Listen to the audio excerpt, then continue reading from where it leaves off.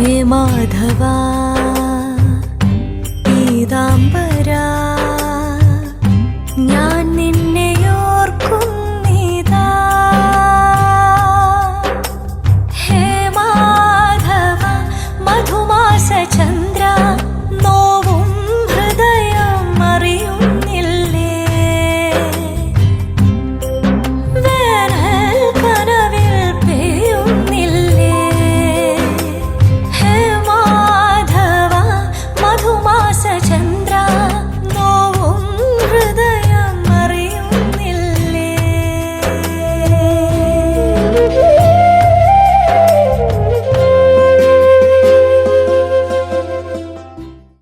അച്ഛാ, ഇങ്ങനെയൊന്നും ചെയ്യല്ലേ. കല്യാണം കഴിഞ്ഞിട്ട് വിരലിലുണ്ടാവുന്ന ദിവസങ്ങളെ ആയിട്ടുള്ളൂ. അപ്പോഴേക്കും ജീവിതത്തിലെ പ്രശ്നങ്ങൾ ഉണ്ടാക്കല്ലേ. എന്നാ എന്റെ കാശുതാ. ഞാൻ എങ്ങനെയെങ്കിലും പണം വാങ്ങിച്ചു തന്നോളാം. അച്ഛൻ തൽക്കാലം ഒന്ന് പോകാവോ? ഇനിയും നീ പറഞ്ഞത് വിശ്വസിച്ചാലേ ഞാൻ മരമണ്ടനായി പോവും. അതിനെനിക്ക് മനസ്സില്ല. ഞാൻ ഇവിടെ തന്നെ ഇരിക്കും. അവൻ വരട്ടെ.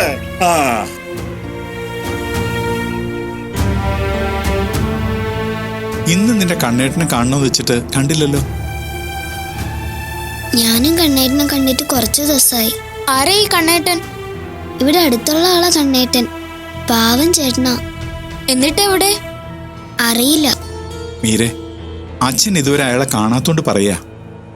പരിചയമില്ലാത്ത ആൾക്കാരുമായി സംസാരിക്കാനും കൂട്ടുകൂടാനൊന്നും പോണ്ട. അതിന് കണ്ണേട്ടൻ പരിചയമുള്ള ആളല്ലേ അച്ഛാ? മോൾക്കല്ലേ പരിചയമുള്ളൂ. അച്ഛൻ ഇതുവരെ കണ്ടിട്ടില്ലല്ലോ. അത് ശരിയാ. ഇനി കണ്ണേട്ടനെ കാണുമ്പോ അച്ഛനെ കാണാൻ പറയാം. കഴിഞ്ഞ പ്രാവശ്യം അച്ഛനെ പരിചയപ്പെടണമെന്ന് കണ്ണേട്ടൻ പറഞ്ഞതാ. പക്ഷെ അത് കഴിഞ്ഞ് കണ്ടില്ല. കുട്ടികളോട് മാത്രം വന്ന് സംസാരിക്കുന്നവരെ സൂക്ഷിക്കണം. അവരുടെയൊക്കെ ചിന്ത എന്താണെന്ന് നമുക്കറിയില്ലല്ലോ. കണ്ണേട്ടൻ എപ്പോഴും നല്ല കാര്യങ്ങൾ മാത്രമേ പറഞ്ഞു തരാറുള്ളൂ.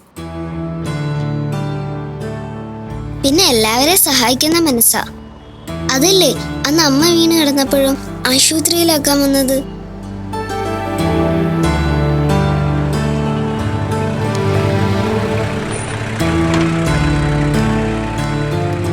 കേറുമോളെ. അല്ല, ഇതാരാ ഈ മോൻ?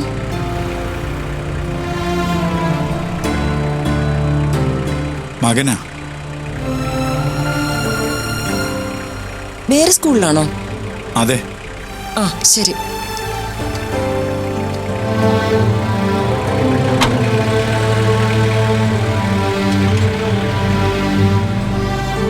മോന്റെ വണ്ടി ഇപ്പൊ വരും.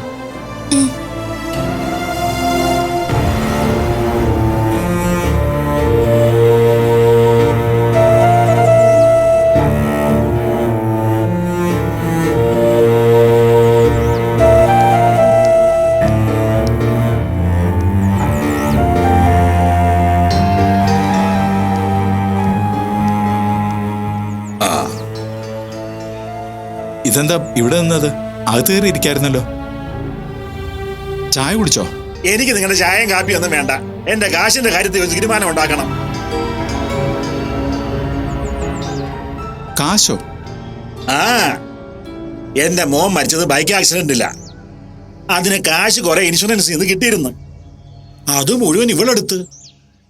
ന്യായമായും അതിന്ന് കുറച്ച് കാശ് ഞങ്ങൾക്ക് തരേണ്ടതല്ലേ?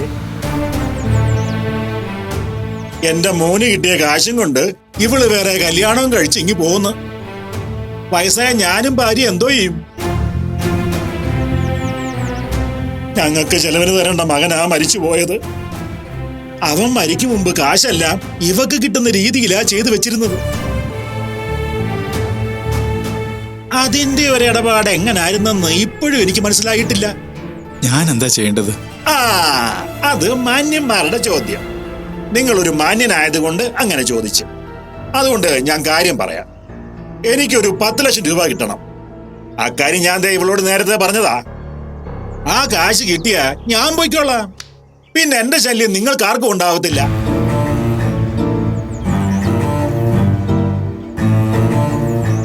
ഞാനൊന്ന് സംസാരിക്കട്ടെ. സംസാരിച്ചു. എത്ര വേണേലും സംസാരിച്ചു. എനിക്ക് എന്റെ കാശ് കിട്ടിയാ മതി. താനിങ്ങോട്ട് വന്നേ.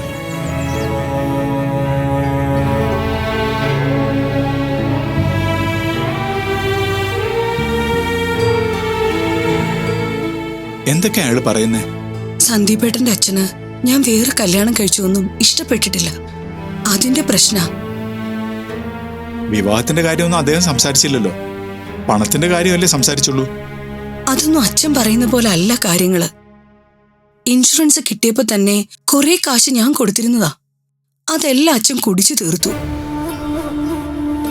ബാക്കിയുള്ള എമൗണ്ട് ഞാൻ ഫിക്സഡ് ഡെപ്പോസിറ്റ് ഇട്ടിരിക്കുക. അവൻ വളർന്ന് വലുതാവുമ്പോ പഠിക്കാനോ മറ്റെന്തെങ്കിലും ബിസിനസ് ചെയ്യാനോ ഒക്കെ ഉപകാരപ്പെടുമെന്ന് വിചാരിച്ചിട്ട്. ബീന പറയുന്നതൊക്കെ ശരിയാ. എന്നാലും വയസ്സായ അമ്മയച്ഛനെ നോക്കാൻ ഒരാളില്ലാത്ത സങ്കടമുള്ള കാര്യമല്ലേ? അമ്മയ്ക്ക് അങ്ങനെ ആരോഗ്യ പ്രശ്നങ്ങളൊന്നുമില്ല. പണത്തിന് ബുദ്ധിമുട്ടുണ്ടാവും, ശരിയാ. പക്ഷേ അത് അച്ഛന്റെ മദ്യപാനം കാരണാ. എത്ര രൂപ കിട്ടിയാലും അച്ഛൻ അത് മദ്യം വാങ്ങി തീർക്കും. എങ്ങനെയെങ്കിലും സഹായിക്കാന്ന് കരുതി അമ്മയുടെ കയ്യിൽ കൊടുക്കാന്ന് വെച്ചാ അമ്മയോട് വഴക്കിട്ട് ആ പണം പിടിച്ചു വാങ്ങും. അതുകൊണ്ട് ഞാൻ സാധനങ്ങൾ വാങ്ങിച്ച് അമ്മയെ ഏൽപ്പിക്കാറാണ് പതിവ്. എന്നിട്ട് പോലും ആ സാധനങ്ങൾ എടുത്ത് കടയിൽ തിരിച്ചു കൊടുത്തിട്ട് ആ പണം കൊണ്ടും കൂടെ അച്ഛൻ മദ്യപിക്കുമെന്ന അമ്മ പറയുന്നത്. എന്തൊരു മനുഷ്യനാ അയാള്. എന്നാലും ഞാൻ കാരണം ഹരിയേട്ടിന് ഇങ്ങനൊരു ബുദ്ധിമുട്ട് വരുമെന്ന് ഞാൻ കരുതിയില്ല. എനിക്കതിന് ബുദ്ധിമുട്ടൊന്നും ഉണ്ടായില്ലല്ലോ. ഇങ്ങനൊരാള് വന്ന് സമാധാനം കെടുത്തി പൈസയൊക്കെ ചോദിച്ചില്ലേ? അതൊന്നും സാരമില്ല. താൻ വാ, ഞാൻ അദ്ദേഹത്തോട് സംസാരിക്കാം.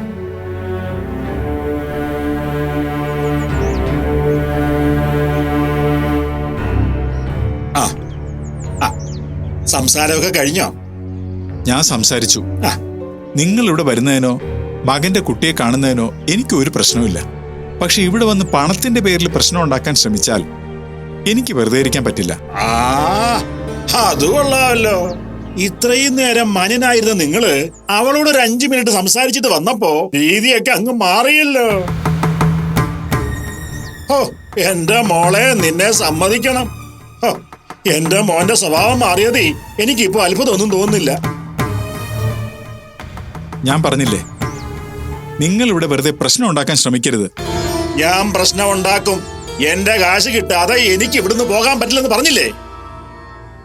നിങ്ങൾ ഇവിടുന്ന് ബഹളം വെച്ചാ എനിക്ക് പോലീസിനെ വിളിക്കേണ്ടി വരും. നിയമപരമായി ബീന നോമിനി ആയിരുന്നതുകൊണ്ടാണ് ഇൻഷുറൻസ് കമ്പനി ആ പണം ബീനയുടെ പേരിൽ കൊടുത്തത്. നിങ്ങൾ ഇവിടെ കിടന്ന് ബഹളം വെച്ചാ വെറുതെ ബഹളം വെക്കാന്നല്ലാതെ ഒരു പ്രയോജനം ഉണ്ടാവാൻ പോകുന്നില്ല. നിങ്ങൾ ജയിലിലാവുകയും ചെയ്യും. ഈ രാഘവനെ വെറുതെ പേടിപ്പിക്കാൻ നോക്കല്ലേ. ഈ വിരട്ടലൊക്കെ ഞാൻ കുറെ കണ്ടതാ. ഇവിടെ കുറെ വിരട്ടിയതാ. അന്ന് ഞാൻ പേടിച്ചിട്ടില്ല, പിന്നെ ഇന്ന്. പോലീസുകാരെ വിളിക്കാനുള്ള നമ്പരൊക്കെ നിങ്ങൾ എടുത്തു വെച്ചോ. ഇൻഷുറൻസ് എടുത്തിട്ടുണ്ടെന്നല്ലേ പറഞ്ഞത്? തന്റെ പേരിലുള്ളതും ഇവള് വാങ്ങിച്ചെടുക്കാനുള്ള പണി നോക്കും.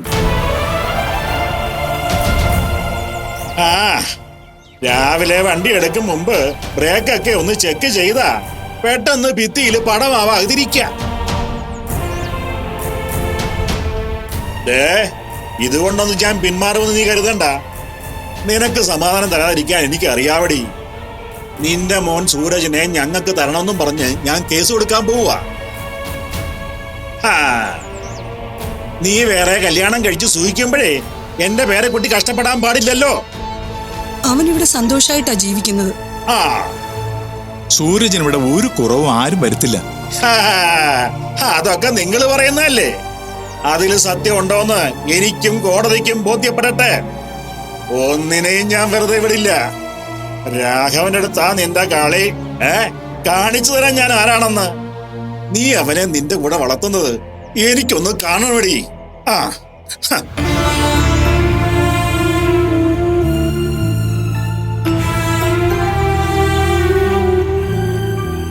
അയാൾ പറയുന്നതായിട്ട് ബീന വിശ്വസിച്ചോ? അങ്ങനെ കേസ് കൊടുത്താലൊന്നും കോടതി അംഗീകരിക്കില്ല. അമ്മയുടെ കൂടെയാ കുഞ്ഞ് വളരേണ്ടത്. എന്തൊരവസ്ഥയാ ഈശ്വര ഇത്. ഞാൻ എന്ത് ചെയ്താലും ഒന്നിലും ഒരു സമാധാനം കിട്ടില്ല. എന്നെ കല്യാണം കഴിച്ചതുകൊണ്ട് ഹരിയേട്ടന്റെ സമാധാനം ഇല്ലാതെയായി. ഇങ്ങനൊരു ശാപം പിടിച്ച ജന്മം എനിക്ക് എന്തിനു തന്നു ഈശ്വര? ബീന വിഷമിക്കാതെ, എല്ലാം ശരിയാവും. എനിക്കറിയില്ല എന്ത് ചെയ്യണമെന്ന്. നമുക്ക് പരിഹാരം ഉണ്ടാക്കാവുന്നേ. ബീന വാ.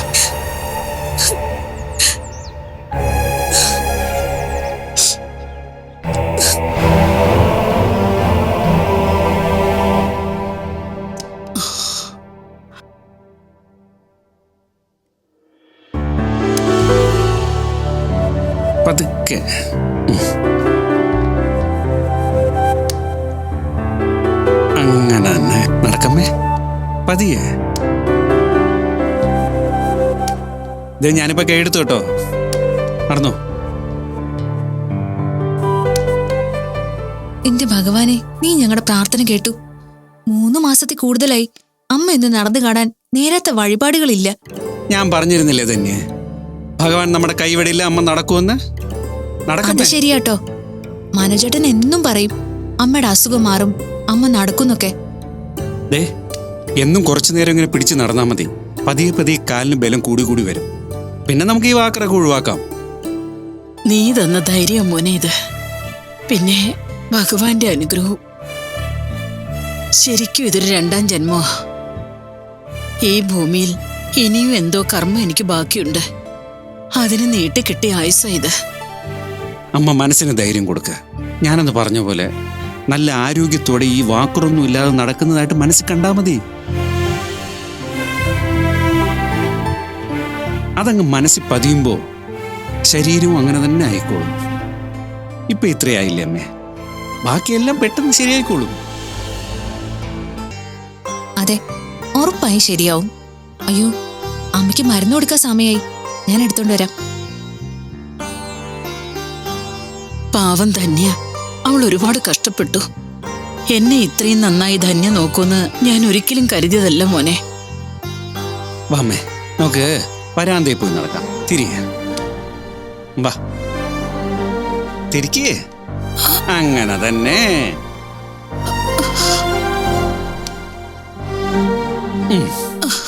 ഹരി ഇപ്പൊ വിളിക്കാറില്ലേ മോനെ? ഉണ്ടമ്മേ, ഇടയ്ക്കൊക്കെ വിളിക്കും. നടക്ക്. മീരമോളെ ഒന്ന് കണ്ടിട്ട് എത്ര നാളായി.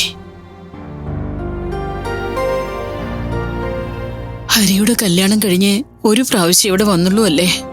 അതെ. കല്യാണം കഴിഞ്ഞിട്ട് ഇപ്പൊ 3 മാസത്തിൽ കൂടുതലായില്ലേ? ആയി. ദാ അമ്മേ, ഈ ഗുളിക കഴിക്ക്.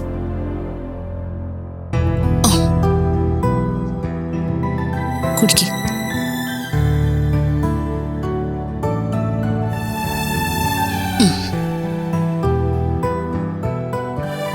മീരെ ഒന്ന് കാണണമെന്ന് ആഗ്രഹമുണ്ട് മോനെ.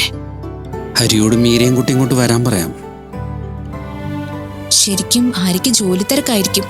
ബീനയോട് ഞാൻ പറയാം. മീരയും കൊണ്ട് ഇവിടെ വരെ ഒന്ന് ബീന വന്നാലും മതിയല്ലോ.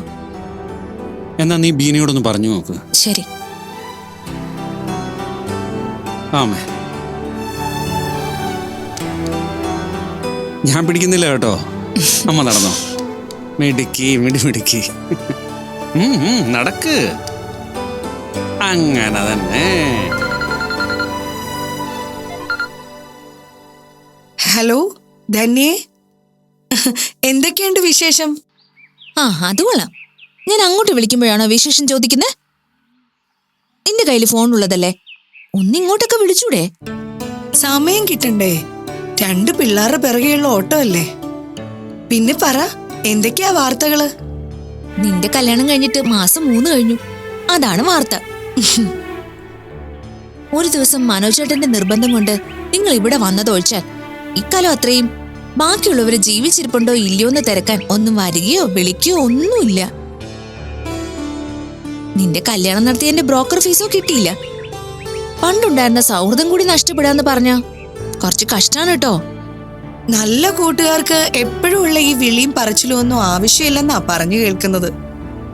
ആയിക്കോട്ടെ. പിന്നെ എങ്ങനെ അവിടുത്തെ ജീവിതം? 3-4 മാസം കഴിഞ്ഞിട്ട് എങ്ങനെയുണ്ട്? നീ ഓക്കെ അല്ലേ? കല്യാണം കഴിഞ്ഞിട്ട് അത്രയും നാളായി അല്ലേ? എത്ര പെട്ടെന്നാ ദിവസങ്ങൾ കടന്നു പോകുന്നത്. അപ്പൊ കല്യാണത്തിന്റെ റിസൾട്ട് ഗംഭീരാണല്ലേ? അതെന്താ? ജീവിതത്തിൽ സന്തോഷവും സമാധാനവും ഉണ്ടെങ്കിൽ ദിവസങ്ങൾ കടന്നു പോകുന്നത് നമ്മൾ അറിയേയില്ല.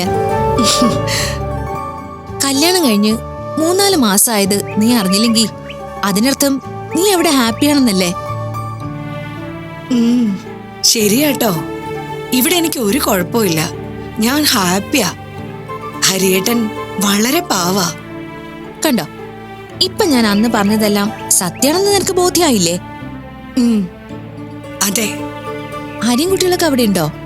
ഹരിയേട്ടൻ ജോലിക്ക് പോയി. കുട്ടികൾ 2 പേരും ഇവിടെയുണ്ട്. ഇന്ന് അവധിയല്ലേ? ആ, ഇവിടത്തെ ഒരുത്തി കാലത്തെ ഡാൻസിന് പോയി. അവൻ പിന്നെ സൈക്കിളും കൊണ്ട് കറങ്ങാൻ പോയിട്ടുണ്ട്. പിന്നെ ഒരു സന്തോഷ വാർത്തയുണ്ട്. എന്താ? അമ്മ നടക്കാൻ തുടങ്ങി. ആണോ? ഈശ്വരാ, നന്നായി. എത്ര നാളായി ഇങ്ങനൊരു വാർത്ത കേൾക്കാൻ ആഗ്രഹിക്കുന്നു. ഇതറിയുമ്പോ ഹരിയേട്ടനും വലിയ സന്തോഷാവും. അതെ. പിന്നെ അമ്മ ഒരാഗ്രഹം പറഞ്ഞു, മീരമോളെ ഒന്ന് കാണണമെന്ന്. അയ്യോ, അമ്മ ഇങ്ങോട്ട് കൊണ്ടുവരാനാണോ പ്ലാൻ? അതിനെന്താ, ഹരിയേട്ടൻ വരുമ്പോ ഞാൻ പറയാം. പറ്റുന്നൊരു ദിവസം മോളെയും കൂട്ടി ഞങ്ങൾ അങ്ങോട്ട് വരാം. ആര്യക്ക് പക്ഷെ സമയം ഉണ്ടാവോ ബീനെ? ഇപ്പൊ നല്ല തിരക്കല്ലേ? അങ്ങനൊരു പ്രശ്നമുണ്ട്. എന്നാലും പറ്റുന്നൊരു ദിവസം ഞങ്ങൾ അങ്ങോട്ട് വരാം. അമ്മ ഒരാഗ്രഹം പറഞ്ഞിട്ട് നമ്മളിത് താമസിപ്പിക്കുന്നത് മോശമാവില്ലേ? നിനക്ക് മീരയും കുട്ടി ഒന്നിവിടെ വരെ വരാൻ പറ്റുമോ? അയ്യോ, ഞാനോ? ഹരിയേട്ടൻ ഇല്ലാതെയോ? രാവിലെ വന്നിട്ട് ഉച്ച കഴിഞ്ഞ് തിരിച്ചു പോവാം. അയ്യോ, 2 പിള്ളാരെയും കൊണ്ട് ഈ തിരക്കിൽ ഞാൻ എങ്ങനെ വരാനാ ധന്യേ? എന്നെ നീ കൊലയ്ക്ക് കൊടുക്കല്ലേ. ഞാനേ ഏറ്റവും അടുത്ത ദിവസം തന്നെ ഹരിയേട്ടനെ മീരയും അങ്ങോട്ട് പറഞ്ഞു വിടാം. പറ്റിയാ ഞങ്ങളും വരാം കേട്ടോ. ശരി, എന്നാ പിന്നെ അങ്ങനെ ആവട്ടെ. ഓക്കെ.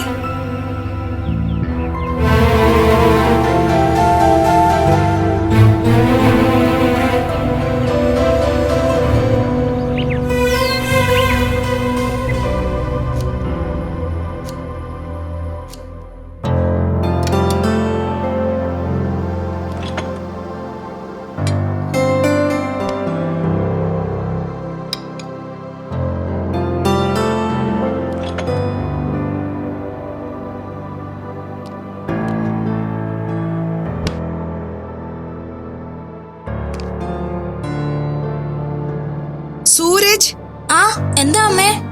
ഇങ്ങ് വന്നേ. വരാം.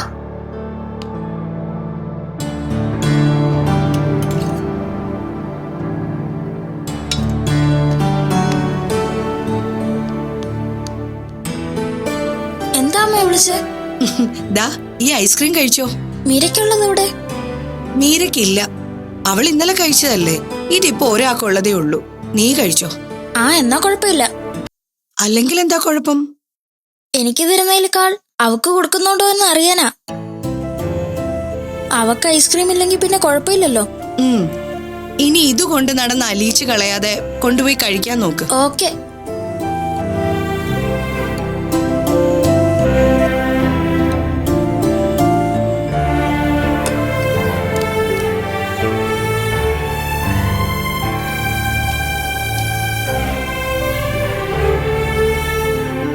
ഇന്നും ഐസ്ക്രീം ഉണ്ടോ?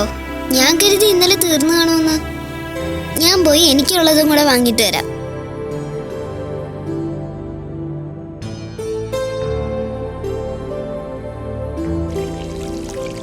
ബീനാമേ, എന്താ? എനിക്കുള്ള ഐസ്ക്രീം തരാവൂ? ഐസ്ക്രീം കഴിഞ്ഞല്ലോ.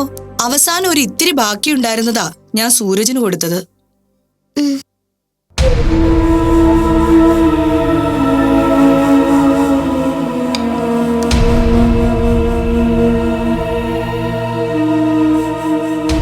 മീരെ, നിനക്ക് ഐസ്ക്രീം കിട്ടിയില്ല അല്ലേ? വേണോ?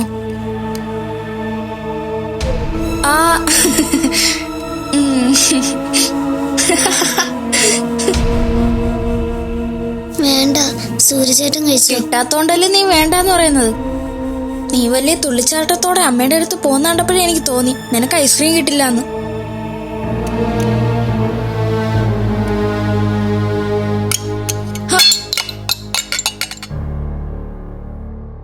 അയ്യോ, അത് പോയല്ലോ. നീ എന്തിനാണ് എന്റെ ഐസ്ക്രീം തട്ടിയിട്ടെ? ഞാനൊന്നും ചെയ്തില്ല ഏട്ടാ. ചെയ്തു. നീ കൊതിയാക്കിയത് വേണ്ട എന്റെ ഐസ്ക്രീം താഴെ വീണത്. ഇപ്പൊ നിനക്ക് സമാധാനമായല്ലോ. സത്യമായിട്ട് ഞാനൊന്നും ചെയ്തില്ല. ചെയ്തു. എന്താ ചെയ്തില്ല. എന്താടാ? അമ്മ ഇവളെന്റെ ഐസ്ക്രീം താഴെ ഇട്ടു. ആഹാ, നീ ആള് കൊള്ളാലോടി. ഇത്തിരി അല്ലേ ഉള്ളൂ, പാവല്ലേന്ന് കരുതിയപ്പോ നീ ഇങ്ങനെയൊക്കെ കാണിച്ചു തുടങ്ങിയല്ലേ? നിനക്ക് ഐസ്ക്രീം തരാത്ത എന്റെ കുശുമ്പ് കാരണല്ലേടി ഈ കൊച്ചിന് ഞാൻ കൊടുത്ത ഐസ്ക്രീം നീ തട്ടിക്കളഞ്ഞത്. നിന്നേക്കേ എന്താ ചെയ്യേണ്ടതെന്ന് എനിക്ക് നന്നായിട്ട് അറിയാം. ഞാനൊന്നും ചെയ്തില്ല വീണ അമ്മേ.